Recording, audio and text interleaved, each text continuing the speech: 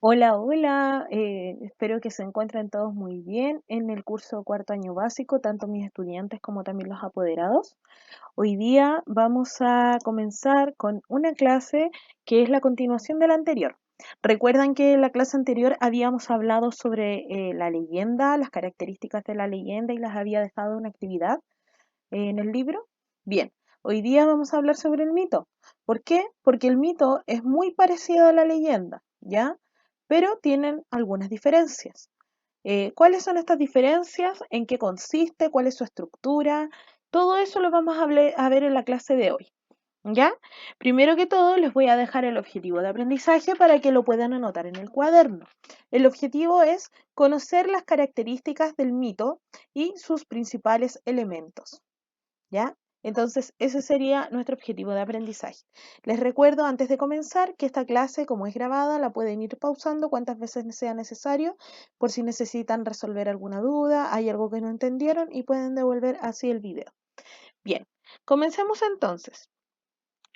Primero que todo, vamos a saber hoy día algunos contenidos sobre el mito, como su definición, estructura, características, propósito y actividad. ¿Ya? Una actividad que vamos a hacer respecto al mito una vez que ya hayamos conocido los elementos anteriores. Bien, vamos entonces. ¿Qué es el mito? Primero que todo, el mito es una narración, chicos, y su propósito principal es explicar el origen de fenómenos universales, o sea, de cosas extrañas. Cuando suceden cosas extrañas en el universo, nosotros siempre tratamos de buscarle una respuesta a aquello, ¿verdad? Y para eso existen diversas teorías en todo ámbito de la vida. ¿Ya? Por ejemplo, hay teorías religiosas que dicen que el creador de todo fue Dios, ¿cierto? Está la historia de Adán y Eva. También tenemos otros orígenes del universo explicados de manera científica, ¿verdad? A través de la teoría de la evolución, del Big Bang, etcétera. O sea, vamos a encontrar respuestas siempre para todo. Siempre va a haber alguna teoría que trate de acercarnos o responder preguntas existenciales que todos nos hacemos durante la vida y que es súper normal, ¿verdad? Bueno, a raíz de este cuestionamiento que tenemos siempre, es que sale también una respuesta en la narración, ¿cierto? En la literatura también se nos brinda respuesta a esto. ¿Cómo? A través del mito. El mito es un texto principalmente que siempre va a tratar de explicarnos cómo sucedió la creación del mundo o cómo fueron surgiendo cosas de aspectos sobrenaturales, extraordinarios, ¿cierto? Em, y sucesos paranormales, qué sé yo. Bueno, más que paranormales, no, eso por favor omítanlo, porque paranormal lo dejamos para la leyenda. El mito no, el mito va a tratar de explicar fenómenos más que nada universales, ¿ya? Y se diferencia de la leyenda, como les decía, justamente porque este tiene un carácter universal, o sea, nos va a hablar como en general de la creación del mundo. Recuerden que la leyenda está situado solamente a una localidad, o sea, generalmente se va a referir a alguna cosa extraña que sucedió dentro de un pueblo, dentro de una ciudad. En cambio, el mito es a nivel macro, o sea, ya nos va a hablar sobre la creación de algo a nivel mundial, ¿cierto? Por ejemplo, cómo se crearon los ríos, cómo se crearon los lagos, las montañas. Nos va a hablar de elementos grandes de la naturaleza, ¿verdad? Y dentro de estas narraciones siempre van a incluir, por ejemplo, seres mitológicos que pueden ser monstruos como el monstruito que yo les puse acá, o dioses. ¿Ya? O semidioses, etcétera. De hecho, ahí lo dice, héroes, qué sé yo. ¿De qué manera se preguntarán ustedes, profesora, y de qué tienen que ver los dioses en todo esto? ¿O qué tienen que ver los monstruos? Bueno, dentro de la narración mitológica, siempre se da explicación, como les dije, a la creación de el universo y las cosas del universo. Y generalmente los que participan dentro de esta creación son los dioses o los seres mitológicos. Como por ejemplo en el mito de Trek Trek y Kaikai. No sé si alguna vez han escuchado eso, que es una pelea entre dos culebras gigantes y una de las culebras estaba encargada de la parte de la naturaleza, las montañas y las alturas, y la otra encargada de las aguas, del mar, los ríos, etcétera. Y un día una de las culebras quiso hacer desaparecer a los humanos y tuvo una gran batalla entre los humanos con la otra culebra, qué sé yo. Y a medida que ellos iban batallando, iban peleando, fueron surgiendo las montañas que se hicieron mucho más grandes, el mar lugar se desbocó y salió de del lugar donde estaba y se situó en otras partes. Y así es que a través de esta historia se contó, por ejemplo, cómo se fueron creando distintos elementos de la naturaleza. ¿Cuál fue la participación de los seres mitológicos en este caso?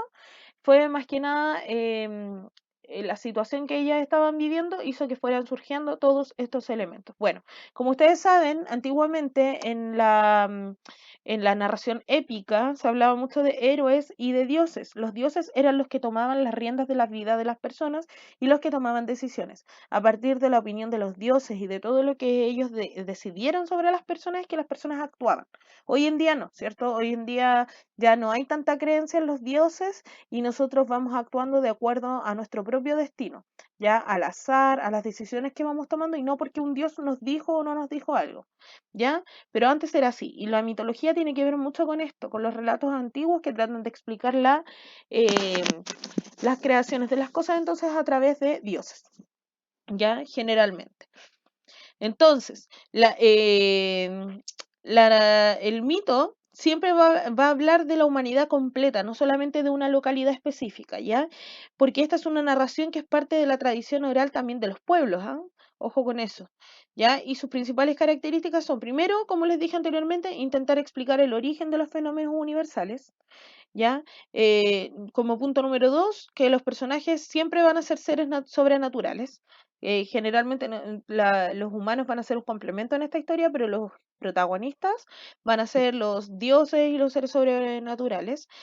Tercero y súper importante, los mitos se transmiten de generación en generación. Estos tienen millones de años, ya no es que ahora recién se hayan creado, sino que han estado siempre. Y esto, como se enseña a través de generaciones, para que la gente trate de darle una respuesta a las cosas que van surgiendo en la vida, se continúa enseñando. ¿Ya? Y también puede suceder que ustedes no se lo enseñen en el colegio, pero sí pueden haber escuchado algún mito de, por ejemplo, un familiar, de la abuelita, de la mamá, etcétera, porque son historias que van trascendiendo en el tiempo, ¿ya? Y como cuarto punto, entonces, transcurre un tiempo que es, en un tiempo que es distinto al nuestro, o sea, nunca van a escuchar un mito que sucedió en el año 2020 ni en el año 2015. Siempre los mitos que ustedes van a escuchar son de años en los que ustedes ni pensaban en existir ni yo tampoco. O sea, estamos hablando cuando recién se estaba creando el mundo, no había nadie, ni siquiera un habitante. Por lo tanto, siempre estas historias van a estar situadas, como les dije anteriormente, en el origen del mundo, ya cuando no había ni una persona poblando. ¿Cuál es la estructura del mito con la que nos vamos a encontrar? Primero tenemos un título, ¿ya? El título siempre nos va a señalar, nos va a dar un aporte respecto a lo que va a ser la historia. A través del título nosotros podemos inferir más o menos de qué se va a tratar la historia. Generalmente los nombres de los títulos de los mitos van a ser nombres de fantasía. Generalmente van a ser los nombres de los personajes, como por ejemplo en Trek Trek y Kai Kai, ¿ya? También vamos a contemplar el inicio como en cualquier otro relato narrativo, donde se nos van a presentar a los personajes y la situación inicial de cada uno de ellos. Vamos a encontrar un desarrollo que es donde se nos va a presentar los problemas que están teniendo estos personajes, cuál es la problemática a resolver, ¿ya? ¿Cuál es el conflicto que está surgiendo? Y por último, vamos a encontrar un desenlace que es cuando ya se resuelven todos los conflictos que tenían los personajes y donde se encuentra una solución al problema que se había mostrado dentro del desarrollo. ¿Ya? Eso entonces sería la estructura del mito, muy parecida, de hecho es la misma que la leyenda, que el cuento, etcétera. No así de la fábula. Recuerden que la fábula tiene una moraleja y acá no tenemos una moraleja. ¿Ya? Bien, continuamos entonces. ¿Cuáles son las principales características del mito? Primero que todo, el mito pertenece al género narrativo. Ya recuerden que hay tres tipos de género en lenguaje: el lírico, el narrativo y el dramático. Y el narrativo es el que contiene la mayor parte de la literatura, ¿cierto? Los textos literarios, que son aquellos que son inventados por un autor, hablados por un narrador y que contienen mucho de la imaginación del autor. Por lo tanto, aquí está permitido inventar personajes, ¿cierto? Crearle los colores que queramos, los nombres que queramos y los lugares que nosotros queramos, ¿ya? Por ende, dentro de los mitos, ustedes van a encontrar mucha fantasía. ¿ya? Van a encontrar seres mitológicos que pueden tener 2 cabezas, 3 piernas y lo que al autor se le ocurra. Y también van a encontrar dioses que son parte de la historia mitológica participando dentro de ella o nuevos dioses también, ¿ya? Si ustedes investigan sobre los dioses de la mitología van a encontrar que hay dioses que ya están establecidos en muchas de las historias a lo largo del tiempo y hay un dios para el sol, hay una diosa del amor, hay dioses que antiguamente se consideraba para cada aspecto de la vida, ¿ya? Tanto de la naturaleza como lo sentimental, lo emocional. Bien, pues en segundo lugar, otra de las características del mito es que tiene una temática referida a la creación de la tierra y explicación sobrenatural de los fenómenos de la naturaleza. ¿Qué dijo, profesora? Dije que el mito está creado para explicar fenómenos de la naturaleza, para explicar cómo se crearon las cosas de la naturaleza, que es lo que yo les había dicho anteriormente. En tercer lugar, el mito está escrito en prosa. Profesora, ¿qué es la prosa? La prosa es cuando yo escribo un texto a lo largo de la hoja, cuando lo escribo utilizando todo el espacio que yo tengo para escribir, extendido de lado a lado. Por ejemplo, supongamos que el único espacio que tenemos para escribir es la pantalla, toda esta pantalla que ustedes están viendo a continuación, ¿ya? Cuando yo comienzo a escribir un texto al inicio de la pantalla, obviamente respetando la sangría porque estoy recién empezando, y escribo y ya no me queda más espacio para escribir, entonces ¿qué hago yo? Continúo abajo y después escribo y no tengo más espacio para escribir y continúo abajo. Eso es la prosa, ¿ya? La prosa es cuando el texto está escrito de inicio a fin en el espacio que tenemos y solamente se limita por un punto aparte, ¿cierto? O un punto final. ¿Ya? Ahí terminaría mi texto escrito en prosa. Y a partir de las divisiones que él tiene, se van construyendo los párrafos. Eso es distinto al poema. Recuerden que el poema tiene versos, ya no tiene prosas. El poema está escrito en versos y está escrito con líneas muy pequeñitas al medio de la hoja. ¿Recuerden que lo habíamos visto en tercero básico? Muy bien. Eso entonces es la prosa. ¿Ya? Y el mito está escrito en prosa, al igual que la fábula, al igual que el cuento y al igual que muchos de los textos narrativos. ¿Ya? Bien, hay funciones que presenta el mito. Tiene una función explicativa, una función de significado y una función pragmática. ¿Qué es eso? Veamos a continuación. Los principales propósitos o objetivos del mito, entonces, son 3, que tienen una función explicativa. Eso quiere decir que los mitos explican o justifican las cosas que van sucediendo, ¿ya? ¿Cuál es la razón o la causa de algo? ¿Verdad? Y eso lo va explicando a través de la historia. O sea, uno de los objetivos es explicarle a la gente por qué sucedió algo. Y por eso se crean todas estas historias para poder explicar el origen de algo. Entonces, no sé, pues cuando ustedes le preguntan a la mamá, mamá, ¿por qué está esta roca tan grande en medio de la playa? Por darles un ejemplo.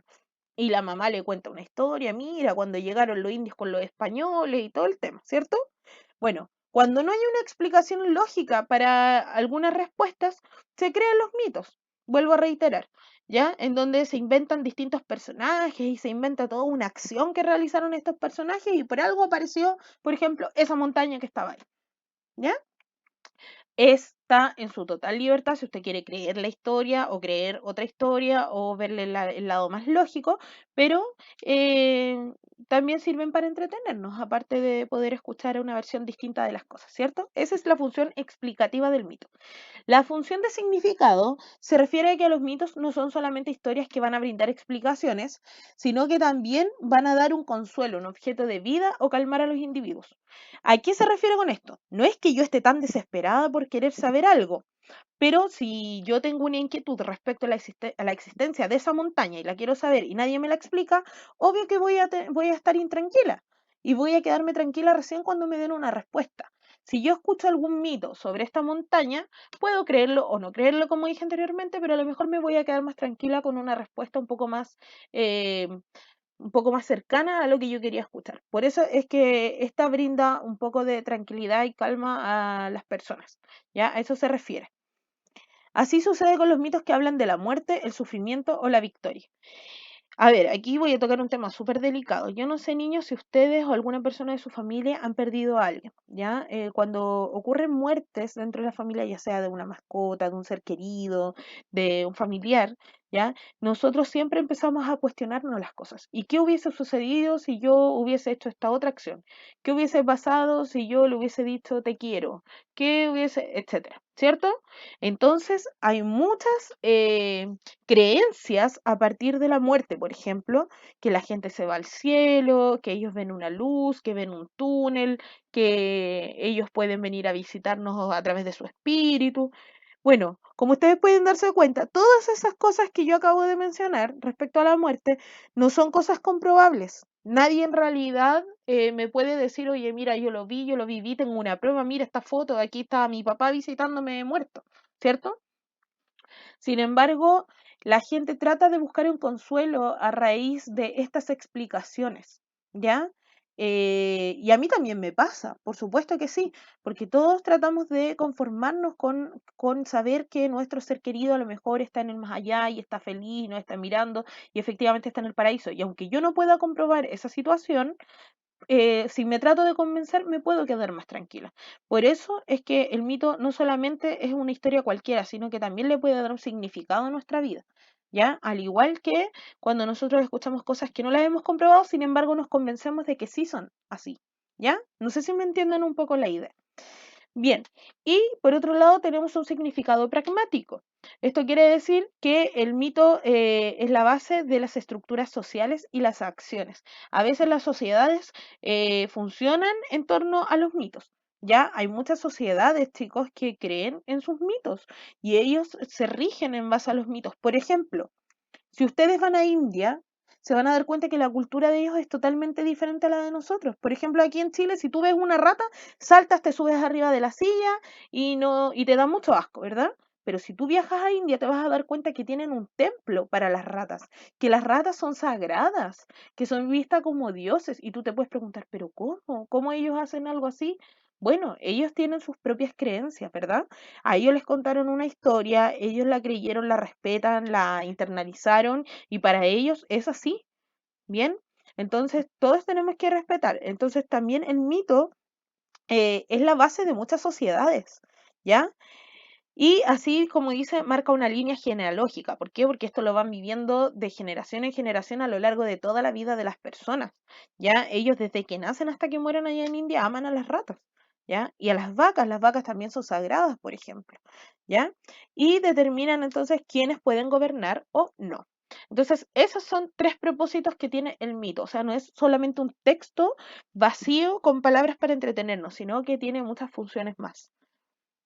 Veamos entonces. Acá hay un resumen, esto yo lo saqué de una página que es de el portal educativo, ya para que lo sepan, que pueden ver esto ahí también.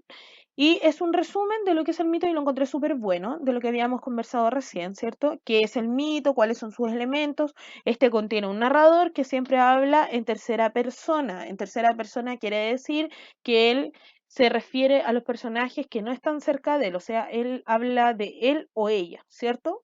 No habla del mismo ni tampoco habla directamente al lector, sino que se refiere a los otros personajes como si no lo estuvieran escuchando.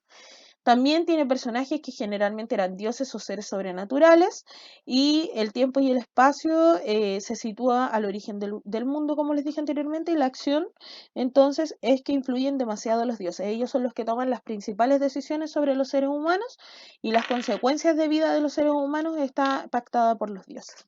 ¿Ya? Continuemos entonces. Acá yo les puse una pequeña historia para que podamos analizarla y reconocer los elementos del mito que habíamos dicho anteriormente, ¿ya? Además de eso, lo principal que yo quiero que hagamos acá es un ejercicio de comprensión lectora, o sea, vamos a leer este mito, vamos a ver vocabulario contextual, ¿cierto? Vamos a ver quiénes son los personajes, cuál fue la situación y después al final vamos a responder dos preguntitas respecto a este texto, que yo los voy a ayudar, por supuesto, y una secuencia, ¿ya? Veamos, dice así. Hace infinidad de lluvias, en el mundo no había más que un espíritu que habitaba en el cielo. Genechen era el padre de todas las cosas, por lo tanto, solo él podía dar vida, ¿ya? ¿Cierto? Había un solo espíritu que era como un dios, ¿ya? Fue así como cierto día decidió que la tierra necesitaba movimiento, porque estaba aburrido de tanta quietud. Comenzó por crear una criatura vivaz, imaginativa, a quien decidió llamar hijo, porque desde que lo pensó ya lo hizo. Muy contento con el hijo creado, lo lanzó con mucho entusiasmo a la tierra. Esto provocó que se golpearan tan fuerte que su madre, Cuyen, y la luna, desesperada por el suceso, decidió abrir una ventana en el cielo para cuidar a su hijo. Y desde esa noche cuida el sueño de nosotros los seres humanos. Miren qué lindo, está explicando cómo se creó el mundo, ¿cierto? Cómo se creó la luna, ¿verdad? Ya, vamos viendo. Pero eso no fue todo. El Gran Espíritu quiso seguir los pasos de su hijo para acompañarlo y protegerlo. Por eso abrió un gran hueco redondo en el cielo. Esa ventana es Santu, el sol, astro que tiene por misión dar calor a los seres humanos y permitir la vida en la Tierra. Continuemos. Ignoren eso que están viendo, por favor, ¿ya? Ya. Pero sucedía que aquí en la tierra el hijo del Gran Espíritu se sentía muy solo, pues no tenía nadie con quien conversar. Entonces pidió ayuda a su padre. Chen decidió enviarle desde lo más alto una mujer muy graciosa, quien se llamó desde ese momento Lituche. Cuando ella llegó a la tierra, comenzó a caminar y sucedió que a cada paso crecía la hierba detrás de ella. Además, al cantar de su boca salieron a raudales insectos y mariposas. O sea, ¿qué creó esta mujer? Creó la vegetación, los insectos y las mariposas, ¿cierto? Bien. Raudales, ahí aparece una palabra en rojo. ¿Qué significa esta palabra? En abundancia, o sea, creó mucha cantidad de insectos y mariposas a través de su habla. ¿Ya? Veamos la siguiente palabra antes de seguir leyendo. Descendencia. Conjunto de hijos, nietos y bisnietos. Ya cuando yo tengo un hijo, por ejemplo, esa es mi descendencia. Y cataclismo, una catástrofe grande, ¿cierto? Que da la embarrada, como se dice vulgarmente. ¿Ya? Continuemos. Cuando Lituche llegó frente al hijo del gran espíritu, Domo se prometieron poblar con su descendencia toda la tierra y permitir que ésta floreciera día a día. O sea, ellos se conocieron, se amaron y dijeron que iban a tener muchos hijos. Mientras la mujer y el hombre construían su hogar, al cual llamaron Ruca, el cielo se llenó de nuevos espíritus, los cherubes. ¿Quiénes eran estos nuevos espíritus? Mientras el hombre y la mujer construían su hogar, el cielo se llenó de nuevos espíritus. Eran los hijos, ¿cierto?, de este hombre y de esta mujer. Bien, continuamos. Cuando los hijos de Litucha y Domo se multiplicaron por la tierra, o sea, ya eran hartos, sobrevino un cataclismo, una catástrofe, ¿cierto? Las aguas del mar comenzaron a subir guiadas por la serpiente Kaikai, pero al mismo tiempo las montañas se elevaron porque en ellas habitaban Tren, una serpiente que amaba a los hombres, y se apiadó de ellos al ver cómo sufrían, permitiéndoles que se escaparan de la ascensión de las aguas. O sea, esta serpiente que era Tren, que vivía arriba en las montañas, permitió que la gente que iba a morir ahogada por culpa de Kaikai pudiera subir a las montañas para que no se ahogara, ¿cierto? Continuamos. Ignoren eso que después tiene que ver con el ejercicio que vamos a hacer. Bien, cuando las aguas se calmaron, los hombres comenzaron a descender de los cerros. Entonces se les conoce como hombres de la tierra o mapuches. Siempre temerosos a Geneten, los mapuches respetan su voluntad y tratan de no disgustarlo. Así trabajan esforzadamente la tierra, hacen hermosas artesanías y hasta el día de hoy, Cuyen y Antu se turnan en el cielo para poder acompañarlos, ¿cierto? El sol y la luna, ¿verdad? Y protegerlos. Es por eso que la esperanza de un tiempo mejor nunca muere en el espíritu de los mapuches, los hombres de la tierra. Qué lindo, ¿verdad? Muy bien. Una vez que leímos este hermoso mito, vamos a completar una secuencia. La secuencia es el orden en que ocurren los sucesos dentro de una historia, ¿ya? ¿Qué es lo que ocurrió primero? ¿Qué es lo que ocurrió después? Para poder ordenar los sucesos ocurridos dentro de una historia, yo primero les aconsejo siempre clasificar. Cuando ustedes lean alguna historia cualquiera, tengan un destacador a mano. Vayan subrayando nombres, hechos importantes, fechas, ¿ya? Y todo lo que sea necesario.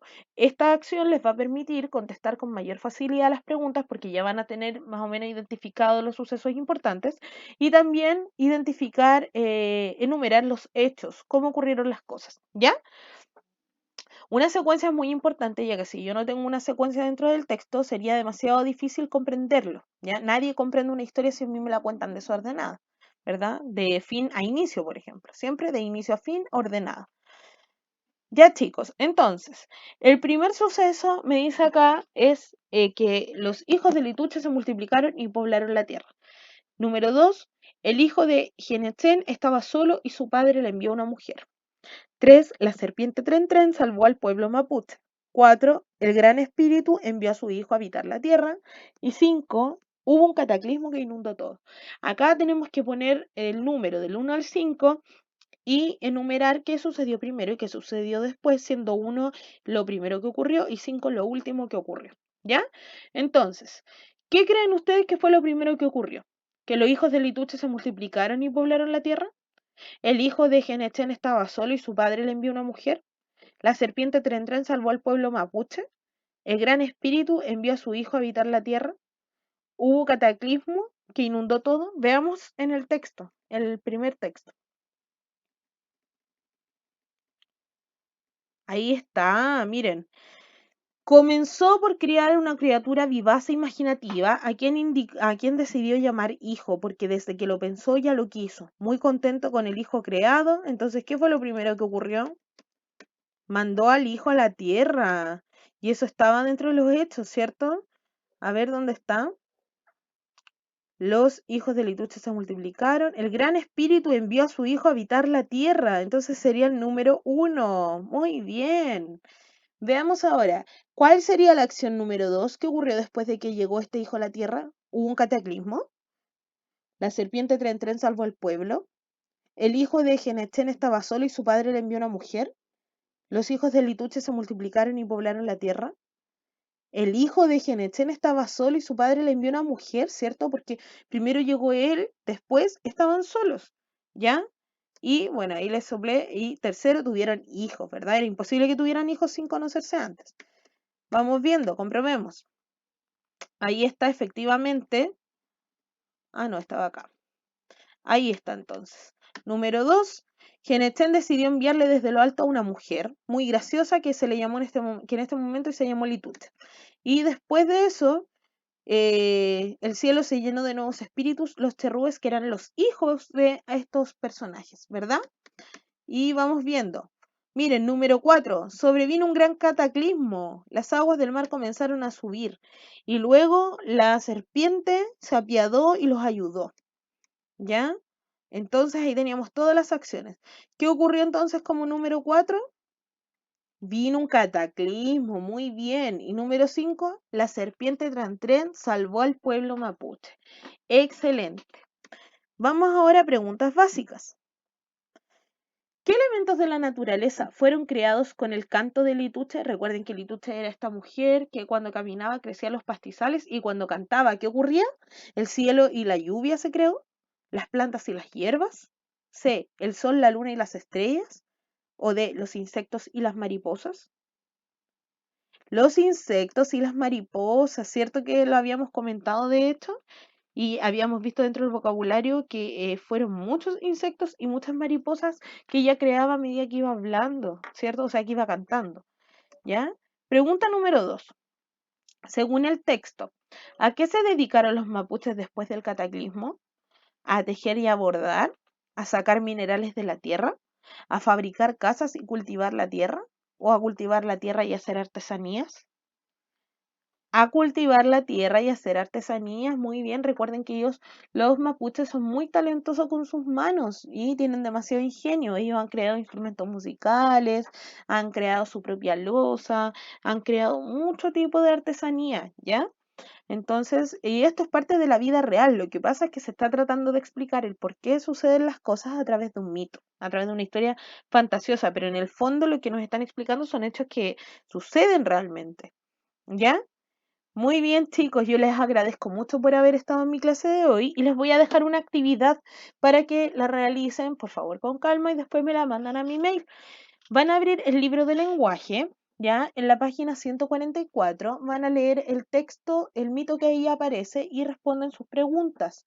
Y luego en la página 146 y 147 son dos textos súper cortitos, de verdad, muy cortitos, que vienen con un set de preguntas de desarrollo. La única pregunta que no tienen que responder, si mal no recuerdo, es de la página 145, es aquella que pide que comenten en grupo, ¿ya? Esa no la podemos hacer debido a que tenemos que hacerla de forma conjunta en el colegio, pero todas las demás se hacen, ¿ya, chicos? Así que espero sus respuestas, espero que estén muy bien y nos vemos en la próxima clase. Hasta pronto.